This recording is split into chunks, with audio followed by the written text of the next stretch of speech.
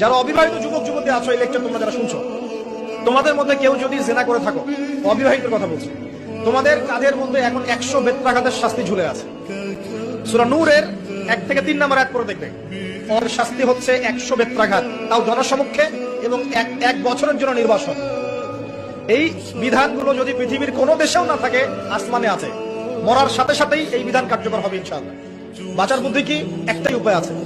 এই লেকচার কানে চলে গেছে, অনতি বিলম্বে ওযু করবে। ওযু করে খালেস ভাবে রাতের শেষ রাতে জায়নামাজ বিছাবে।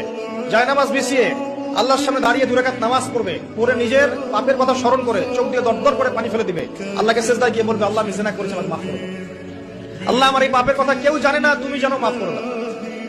এই মাফ নেওয়ার পরে আবার ওই যার সাথে করেছেন ওর সাথে আবার লিঙ্ক আপ করার চেষ্টা করেন। আসো আমরা জিনা করেছিলাম, আসো বিয়ে করে নেই। এটা সলিউশন না।